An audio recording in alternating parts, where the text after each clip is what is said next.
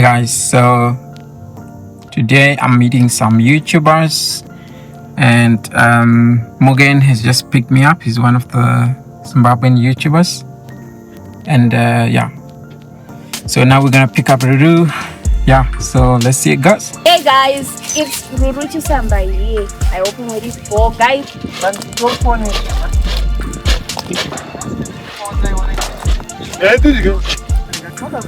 Hey guys, so we're having a small get together with the team, other Zim YouTubers.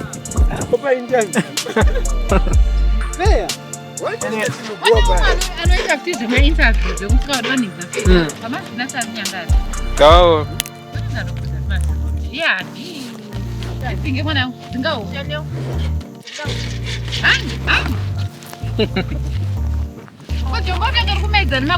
Hey, look at this.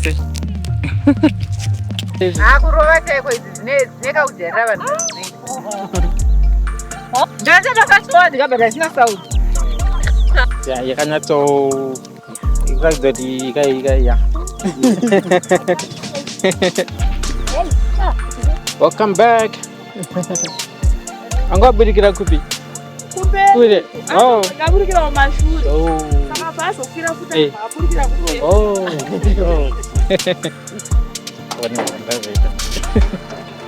Candy dogs. Wow. Yeah, that's Simba. Sure. Thank you.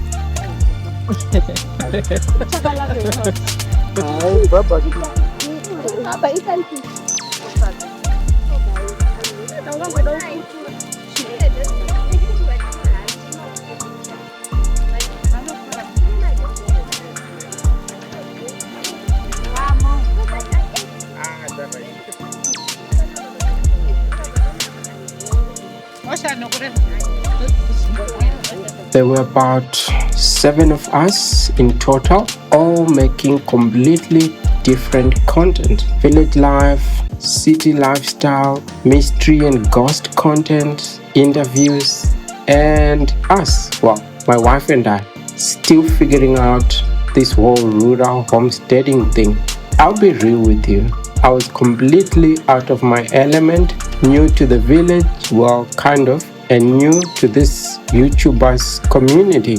But as we chatted around that ride, I realized these creators were dealing with the same challenges we faced, just in different areas. They talked about not knowing their audience at first, about feeling awkward on camera, about posting videos and wondering if anyone cared. And I'm sitting there thinking, that's exactly how we feel about village life. We don't know the community yet. We feel awkward trying to fit in. We're wondering if people even want us there. One creator said something that hit me. They stopped trying to be perfect and started being curious. That's when their content got better. That's when it clicked. Maybe we shouldn't be trying to figure out village life on our own. Instead of trying to act like we know what we're doing, we're going to genuinely be curious about how things actually work in the village. These creators taught me that community happens when you show up with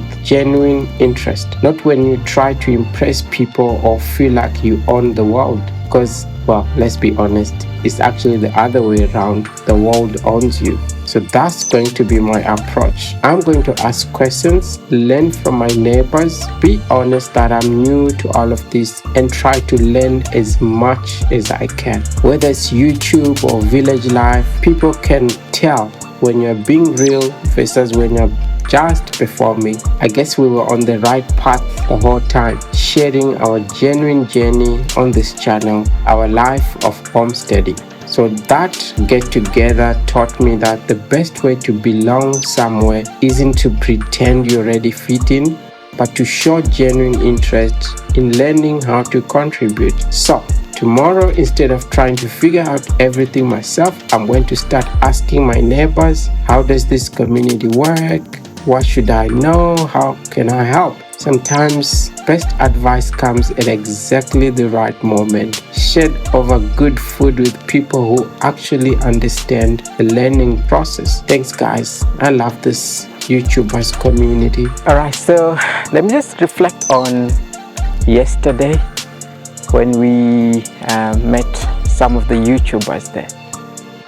So we were, I think, about 7 or 8 YouTubers from yesterday. Yeah, the event was quite good. You know, I learned a lot from there. You know, people go through different things. Yeah, but from a homesteading perspective, I've learned that you know, with whatever little you have, you can start this journey. For us who want to relocate back to our home country, it's so easy to do if you have the right things that you need.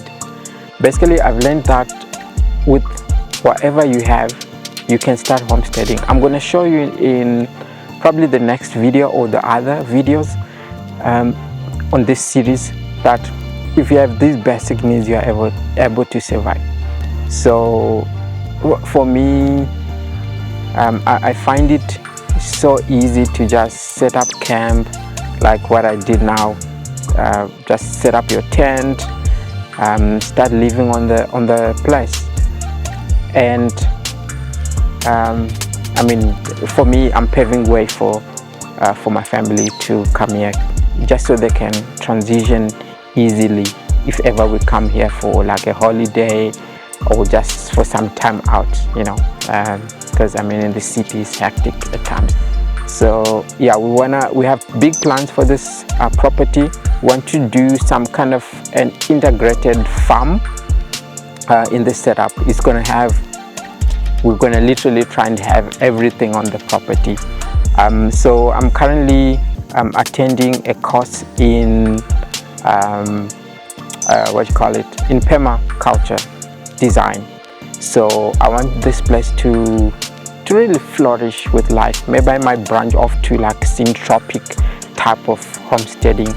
I'm going to grow a lot of trees on the property. Want to have a lot of trees so that the place looks very you know, quiet, and with so many trees around, it'll be like a good environment to live in. So we're gonna have a lot of fruit trees. You're gonna try and have a few gardens where we have flowers. Of course, it's gonna be a food forest since you're gonna have a lot of fruit trees. We will also try and put a lot of vegetables around the property, and we are also going to accommodate those who want to do like, you know, sightseeing of what a good setup should be like in terms of a homestead, yeah, what a good setup looks like. Yeah, just as an example to that. Basically, that is what they call what's the name? Tourism, urban tourism, farm tourism, backyard tourism, homestead tourism. So we want to try and establish a homestead tourism site on the property and see what else we can do to generate a little bit of money so that the place can take care of itself. Yeah, I think that's the main thing. We've now concluded that we will not be establishing our retirement home here. It's definitely not going to happen because of a few factors we've now figured out. But in the meantime, I just want to improve 1 or 2 things on the property before, you know, before I go back to work or for work in South Africa. Yeah, so I hope you enjoy this tour. If not, please yeah, just bear with me. I'm going to show you a few clips of the property and what our plans are and what kind of business we want to put on the property, probably in detail, because I mean, we just want to share, it doesn't matter. Yeah, So hope you enjoy, guys.